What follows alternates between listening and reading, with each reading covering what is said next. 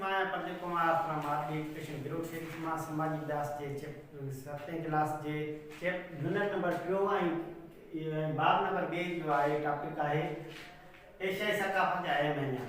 उहे कहिड़ा अञाण आहिनि जेके एशिया जी सकाफ़त खे दरबार कनि था, जेके ॿियनि सकाफ़तनि जे अॻियां पेश कया वञनि था।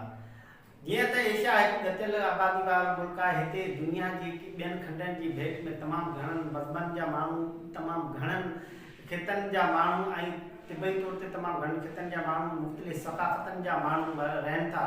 हीउ खंड जेको आहे मिलियल मराकलनि ॾियारनि जी निस्बत सां बि तमामु घणी पहचान रखे थो। हिते मुख़्तलिफ़ मज़हबनि ऐं क़ौमनि जा माण्हू हुजण जे करे हिते मुख़्तलिफ़ ॾियारा मल्हाए वञनि था, जीअं त क्रिसमस, होली, ॾियारी, ईद, इहे सभई ॾियारा एशिया जे अंदरि मिलाया वञनि था। ऐं इन्हनि माण्हुनि जी सकाफ़त मुख़्तलिफ़ तरीक़नि जी हुजण सां गॾु हिते जा माण्हू पंहिंजे ख़ुशी गमी जे ॾियनि खे तमामु घणे नमूने सां, सुठे नमूने सां मल्हाइनि था।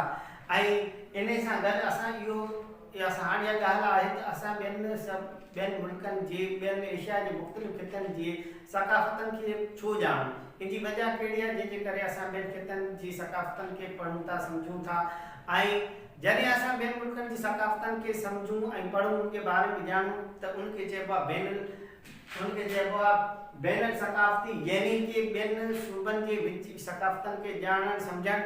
हुनजी अहमियत कहिड़ी आहे? हिन जी अहमियत इहा आहे त जीअं त दुनिया हिकु सुकुड़ जी तमामु ॻोठ मिसल यानी कि ग्लोबल विलेज बणिजी वई आहे।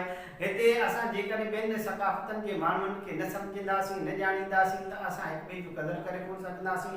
हिक ॿियनि जे ॾियण जो, मज़हबी त्योहारनि जो, ॿियनि सकाफ़ती ॾियारनि जो, क़ौमी ॾियारनि जो असां हिक ॿिए जी क़दुरु कोन करे सघंदासीं। ऐं अहिड़े नमूने सां असां में हिक ॿिए सां हम आहंगी पैदा न थी सघंदी। हिक ॿिए सां हम आहंगी पैदा करण लाइ, हिक ॿिए सां भाईचारो अमन वारी फ़िज़ा क़ाइमु करण लाइ, भाईचारो क़ाइमु करण लाइ असांखे ॿियनि सकाफ़तनि खे ॼाणणु खपे, ॿियनि सकाफ़तनि जो क़दुरु करणु खपे। छो त मुख़्तलिफ़ मज़हबनि जे हर कंहिं जा तौर तरीक़ा अलॻि आहिनि।